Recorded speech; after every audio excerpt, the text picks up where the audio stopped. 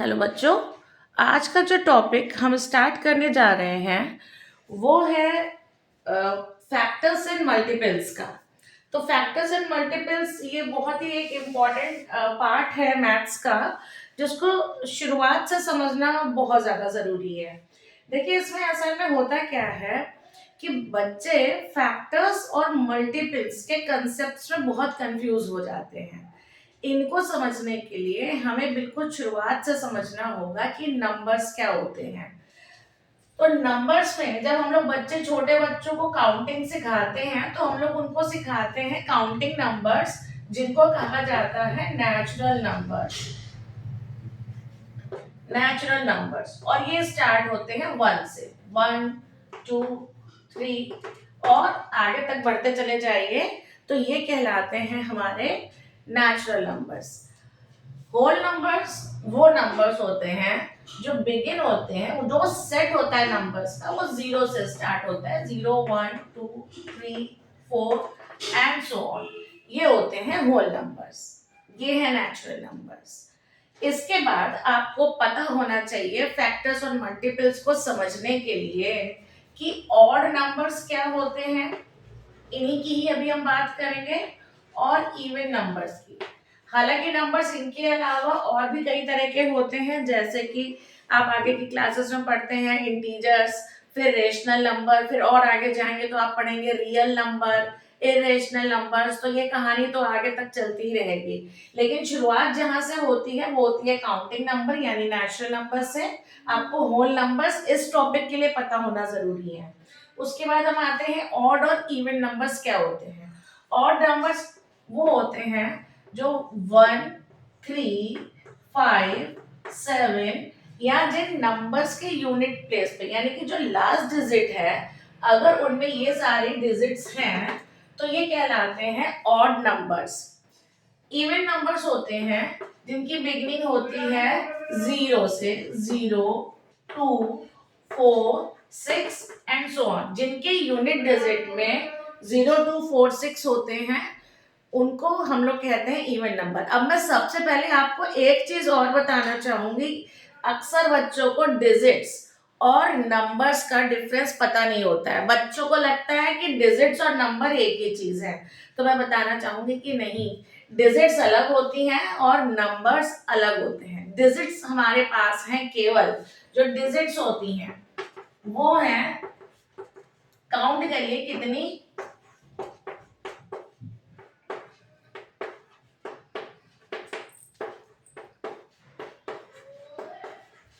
ये सिर्फ डिजिट्स है हमारे पास। 0 से लेके 9 तक डिजिट्स सिर्फ इतनी ही होती हैं।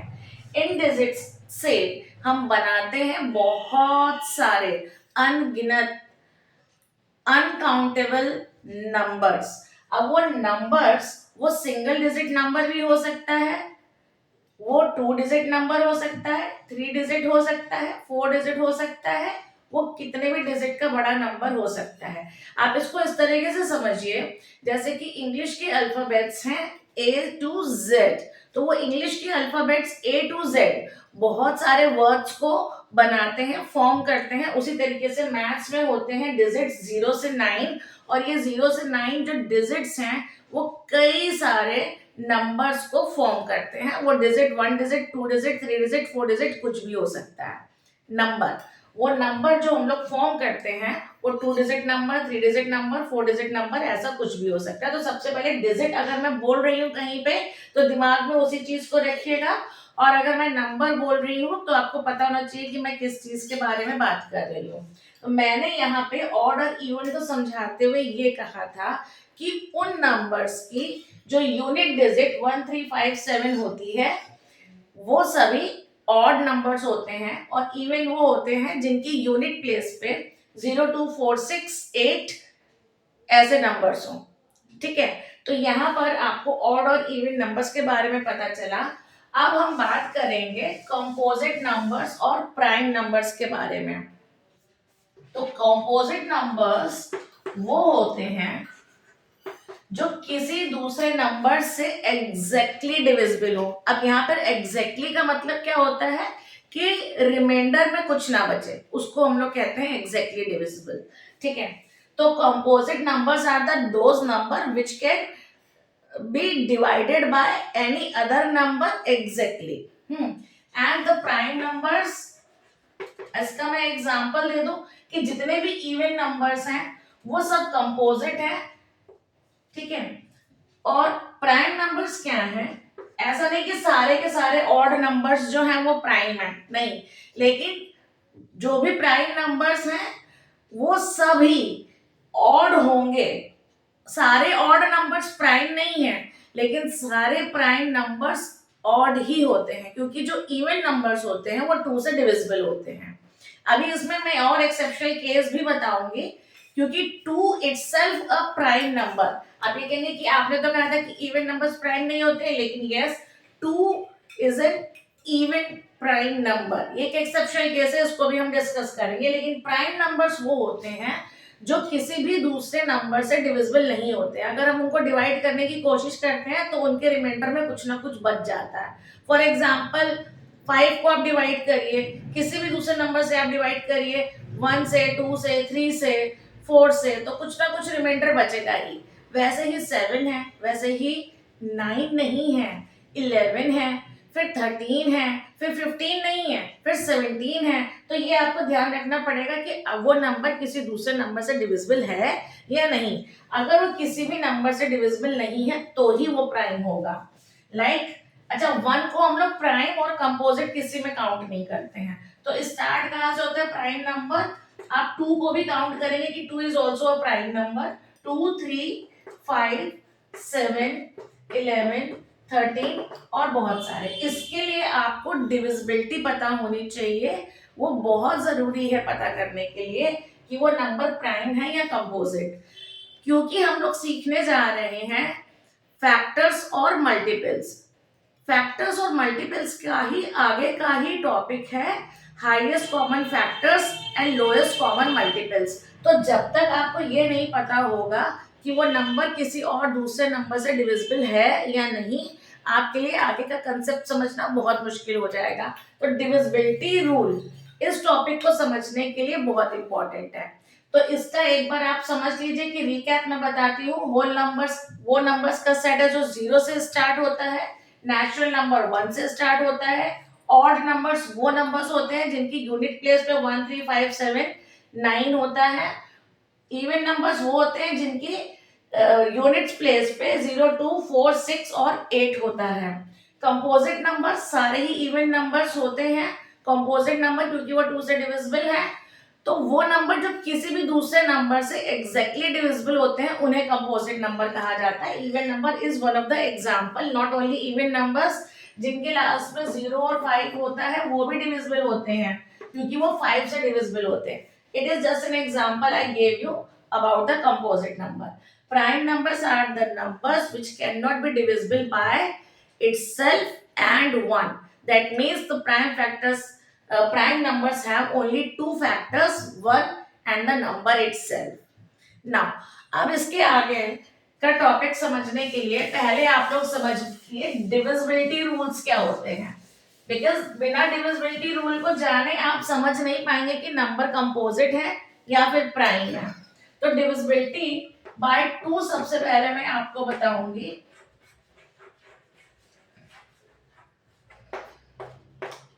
डिविजिबिलिटी बाय सबसे पहले मैं आपको बता रही हूँ 2 से जो नंबर डिविजिबल होते हैं वो होते हैं all even numbers. All even numbers are divisible by 2। Got it? यानी कि जिनके यूनिट प्लेस पे 0, 2, 4, 6, 8 है वो सब के सब 2 से डिविजिबल हैं। जिनके यूनिट प्लेस पे 0, 2, 4, 6 और 8 हैं ये सारे नंबर 2 से डिविजिबल हैं। 3 की डिविजिबिलिटी हम चेक करते हैं। 3 की डिविजिबिलिटी चेक करने के लिए हम लोग डिजिट्स का सम निकालते हैं। कोई भी नंबर आपको दिया हो, सपोज कि 176 आपको एक नंबर दिया है, तो अगर हमें ये चेक करना है कि ये 3 से डिविजिबल है या नहीं, तो हम उनकी डिजिट्स को ऐड करते हैं। इस नंबर के डिजिट्स कितने हैं? 3 डिजिट्स हैं, 1, 7 एंड 6। इनको ऐड करिए। 1 + 7 is 8, 8 + 6 is 14 which is not a multiple of 3, जो कि 3 से एग्जैक्टली डिविजिबल नहीं है, इसलिए 176 is not a the number which is divisible by 3. Now take some another number. 249. Let 249. Let add the digits of 249. 2 plus 4 plus 9. 2 plus 4 is 6. 6 plus 9 is 15. तो 15 is a multiple of 3. तो वो numbers जो कि 3 के multiples हैं वो हमें कैसे पता चलते हैं? डिजिट्स को ऐड करके जो हमारा आता है नंबर यहाँ पे सम करने के बाद, अगर वो 3 से डिविजिबल है तो 249 जो नंबर है वो भी 3 से डिविजिबल होगा। ये सब आपको पता होना चाहिए, बिल्कुल दिमाग में बैठी हुई होनी चाहिए चीजें, इसमें कोई कंफ्यूजन की बात नहीं है। नहीं याद होता है तो याद करिए, प्रैक्टिस करिए, no other shortcut is there. Concept must be clear to understand the maths. Maths is going to be easy for those who are trying to understand the concept. Fine. Now 4 से divisible वो numbers होते हैं जिनके कि last 2 digits 4 से divisible हो। अगर last 2 digits 4 से divisible हैं, आपको बस करना क्या है, आपको ये देखना है कि 1 9 7 2 4। अगर इतना बड़ा भी नंबर है तो आपको पूरे नंबर का कुछ नहीं करना है, सिर्फ लास्ट के 2 नंबर्स देखिए। अगर ये 4 से डिविजिबल है तो गिवन नंबर, ये पूरा नंबर 4 से डिविजिबल होगा।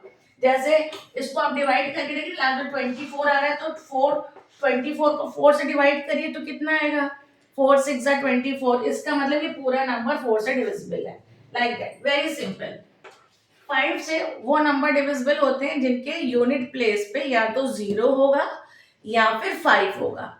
तो जो भी नंबर, ये तो बहुत ही आसान है, 5 की डिविजिबिलिटी तो सारे बच्चे बता लेते हैं।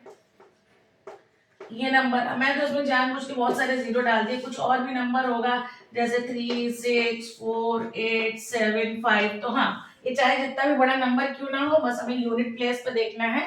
अगर 5 है तो वो नंबर 5 से डिविजिबल है। That's it.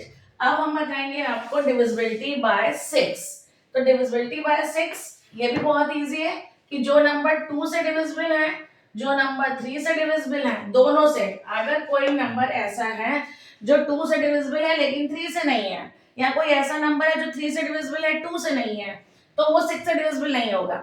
6 से डिविजिबिलिटी होने की कंडीशन सिर्फ एक ही है कि अगर number, if the number is divisible by 2 and 3 both, then only the number is going to be divisible by 6। Class 4th में फिलहाल तो आपको यही काम आएगा। 5th के बच्चों के लिए थोड़ा सा और आगे बढ़ जाता है, उनके में डिविजिबिलिटी बाय 8 आ जाता है। तो डिविजिबिलिटी बाय 8 को चेक करने के लिए हम लास्ट के 3 डिजिट्स को देखेंगे। If the last 3 digits are divisible by last 3 digits, last 3 digits are divisible by 8, then the number is also going to be divisible by 8। Fine। अब हम देखते हैं 9 की डिविजिबिलिटी। 9 की डिविजिबिलिटी में क्या होता है, इसको भी हम लोग 3 की डिविजिबिलिटी की तरह ही यूज करते हैं कि इसके डिजिट्स को ऐड करते हैं। सपोज हमने यहाँ पे लिया नंबर 208। सपोज हमने ये नंबर लिया, अब हम इसको ऐड करके देखते हैं कि क्या आता है। 2 + 7 is 9, 9 and 1 10, 10 and 8 18। So 18 is multiple of 9, so this number is going to be divisible by 9 itself। Fine। तो ये डिविजिबिलिटी रूल आपको जरूर आने चाहिए, उसके बाद ही हम आपको बता पाएंगे कि फैक्टर्स और मल्टीपल्स क्या होते हैं। ठीक है, बिफोर देन दैट मैं आपको एक और चीज बताना चाहूंगी। जब कभी भी हम लोग प्राइम फैक्टराइजेशन करते हैं नंबर्स का, सपोज कि यहाँ पर आपको नंबर दिया है 48, तो जिस एक वर्ड पर बच्चे कंफ्यूज हो जाते हैं, उनको क्या लगता है कि अगर मैंने ऐसा कुछ ड्रॉ किया तो कहते हैं मैम आप एलसीएम निकाल रही है। तो नहीं, ये एलसीएम निकालने का केवल मेथड नहीं है, इस मेथड को कहा जाता है प्राइम फैक्टराइजेशन मेथड। इस मेथड को कहा जाता है प्राइम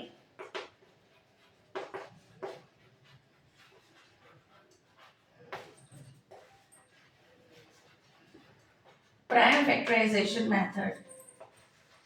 अब प्राइम फैक्टराइजेशन मेथड भी दो तरह से होते हैं। ये होता है डिवीजन मेथड, जो भी मैंने आपके सामने ये बनाया, इसको हम लोग कहते हैं डिवीजन मेथड। ज्यादातर इस डिवीजन मेथड को बच्चे मिक्स कर देते हैं एलसीएम के साथ। जब कभी मैं ऐसे ड्रॉ करती हूँ तो बच्चों को लगता है मैं एलसीएम निकालने जा रही हूँ, पर इसको एलसीएम नहीं कहा जाता, इसको कहा जाता है prime factorization by division method.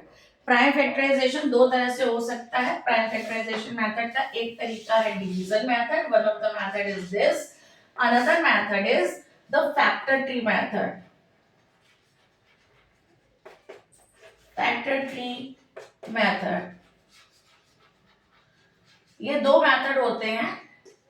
इस तरीके से अगर हम लोग बनाते हैं ट्री के शेप में, इस तरीके से 48 के फैक्टर्स फाइंड आउट करते हैं, तो इसको हम लोग कहते हैं फैक्टर ट्री मेथड, और इसको हम लोग कहते हैं डिवीजन मेथड। इसको भी हम आगे समझेंगे। उसके पहले मैं आपको बता दूं कि फैक्टर्स क्या होते हैं।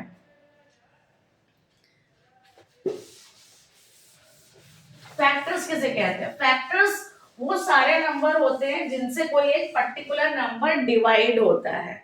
वो सारे नंबर जिससे कोई एक पर्टिकुलर नंबर डिवाइड हो रहा होता है, वो उसके फैक्टर्स होते हैं। अब जैसे मैं यहाँ पे 60 के फैक्टर्स की अगर बात करूं, यहाँ पे मैं बात कर रही हूँ फैक्टर्स ऑफ 60। तो 60, देखिए 1 जो है वो एक ऐसा नंबर है वो जो सारे नंबर्स को डिवाइड करता है। मतलब क्या हुआ इस बात का कि सपोज आपके पास एक कोई पूरी चीज है, कोई भी एक चीज पूरी है, जैसे कि पूरा एक टॉफी का पैकेट है, पूरा एक केक या पेस्ट्री का पैकेट है, या पेंसिल का बॉक्स है, तो वो आप पूरा का पूरा एक बॉक्स जिसमें 12 पेंसिल हो, 23 पेंसिल हो, कितनी भी पेंसिल हो, वो आप पूरा का पूरा बॉक्स किसी को दे सकते हैं एग्जैक्टली, है ना। तो वो पूरे का पूरा नंबर 1 से डिवाइड हो गया, यानी कि उसको हमें डिवाइड करना पड़ा। किसी एक को दिया तो कुछ भी नहीं बचेगा हमारे पास, मतलब रिमाइंडर में कुछ नहीं रहेगा।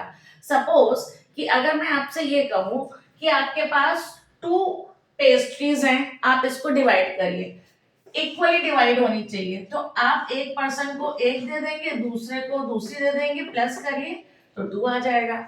अगर मैं आपसे ये कहूँ, मतलब अगर हमें इक्वली डिवाइड करना होता है तो वो 1 तो हम कर सकते हैं कि अगर 3 पेस्ट्रीज हो 3 लोगों को देनी हो, लेकिन 3 पेस्ट्रीज अगर हमें 2 लोगों को देनी हो तो होल नंबर्स नहीं आएगा, वहां पर हमें थर्ड पेस्ट्री को कट करना पड़ेगा।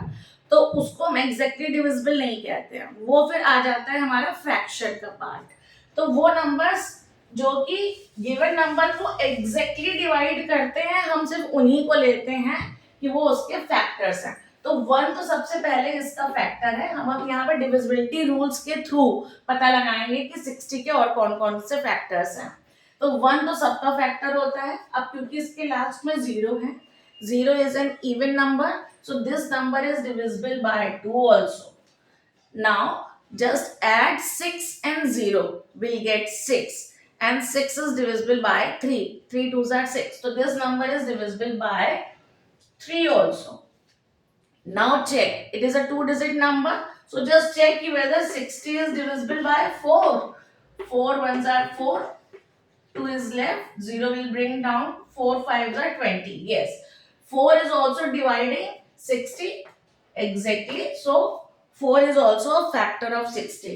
Now come another number, that is 5. 5 last में 0 या 5 होने पर वो नंबर 5 से डिविजिबल होता है, कि मैंने आपको थोड़ी देर पहले बताया था। तो the factor of 60 is 5 also. हम लोग नेक्स्ट नंबर पर आते हैं, 6। 6 के लिए मैंने आपको डिविजिबिलिटी रूल बताया था कि अगर एक नंबर 2 और 3 दोनों से डिविजिबल हो रहा है तो वो 6 से भी होगा। हम यहाँ पे चेक करते हैं कि 62 और 3 दोनों से डिविजिबल है, तो ये 6 से भी होगा। 7 से ये नहीं होगा, क्योंकि आप 7 का टेबल रीड करेंगे तो 7 8s are 56, 7 9s are 63, तो बीच में नहीं आया ये। उसके बाद हम 8 से इसको चेक करेंगे तो ये 8 से भी होगा, क्योंकि देखिए 8 से तो 8 का टेबल 8 8 64 होता है, तो 8 से तो ये नहीं होने वाला है, क्योंकि लास्ट के वो तो 3 डिजिट मैंने आपको बताया था, लेकिन अगर 3 डिजिट हो ही ना तो हम कैसे चेक करेंगे, तो उसको डिवाइड करके देखेंगे। तो 8 का टेबल पढ़ेंगे आप लोग। 8 6 48, 8 7 56, 8 8 64, तो बीच में 60 नहीं आया, है ना। अब इन दोनों को ऐड करके देखेंगे कि क्या वो 9 का मल्टीपल है। 6 9 का मल्टीपल नहीं है, इसलिए ये 9 से भी डिविजिबल नहीं है। 10 से वो सारे नंबर डिविजिबल होते हैं जिनके लास्ट में 0 होता है। ये पहले मैं बताना भूल गई थी, तो मैं अब बता रही हूँ। 0 अगर लास्ट में एज अ यूनिट प्लेस है तो इसका मतलब कि गिवन नंबर 10 से डिविजिबल है। सो इसका फैक्टर हो जाएगा 10 ऑल्सो। अब 6 10 60 होता है। अगर हम इसको 5 से डिवाइड करें तो फिर क्या नंबर आएगा हमारे पास। अब इसको डिवाइड करके देखेंगे 5 से। 5 से डिवाइड करेंगे तो 5 1 सा 5, और फिर आएगा, यानी कि 12 5 सा 60 होता है, दैट वी ऑल नो।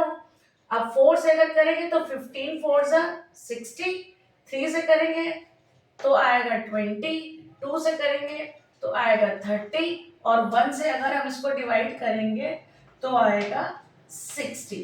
तो ये सारे नंबर 60 को एग्जैक्ट डिवाइड करते हैं। इसके अलावा कोई नंबर ऐसा नहीं है जो 60 को एग्जैक्टली डिवाइड करेगा। 60 को किसी भी दूसरे नंबर से हम डिवाइड करेंगे तो रिमाइंडर में कुछ ना कुछ बचेगा।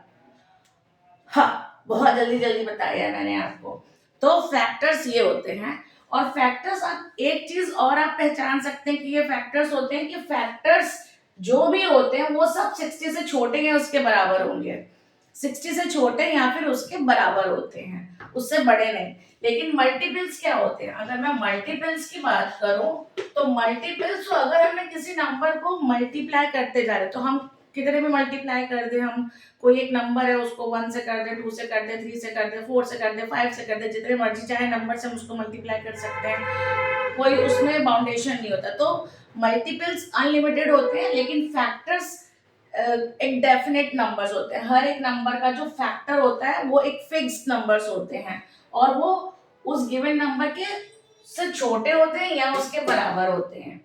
ठीक, और 1 सबका फैक्टर होता है, ये याद रखना है। मल्टीपल्स जो होते हैं, जैसे सपोज कि मैं आपसे बोलूं कि मल्टीपल्स ऑफ 7 बताइए, तो 7 के मल्टीपल्स मतलब the table of 7। 7 1s are 7, 7 2s are 14, 7 3s are 21, 7 4s are 28, 7 5s are 35, 7 6s are 42, 7 7s are 49, 7 8s are 56, 7 9s are 63, 7 10s are 70, 17 11s are 77, ऐसे करके आगे बढ़ता चला जाएगा। ठीक है, इसकी कोई काउंटिंग रुकती नहीं है, आप जिससे चाहे उतने मल्टीप्लाई कर सकते हैं, तो इट इज अनकाउंटेबल। तो ये हमें बताना था आज आपको कि फैक्टर्स और मल्टीपल्स में डिफरेंस क्या होता है। नेक्स्ट वीडियो में मैं आपको ये बताऊंगी कि हम लोग हाईएस्ट कॉमन फैक्टर और लोएस्ट कॉमन फैक्टर कैसे निकालते हैं। इसके कुछ सम्स में सॉल्व करके आपको बताऊंगी, पर ये वीडियो ज्यादा लंबी ना हो जाए, इसलिए मैं इस वीडियो को यहीं पर ही एंड कर रही हूँ। समझ में नहीं आया तो बार बार देखना, अच्छे से स्पीड कम करके, तो समझ में आ जाएगा। Till then, good luck.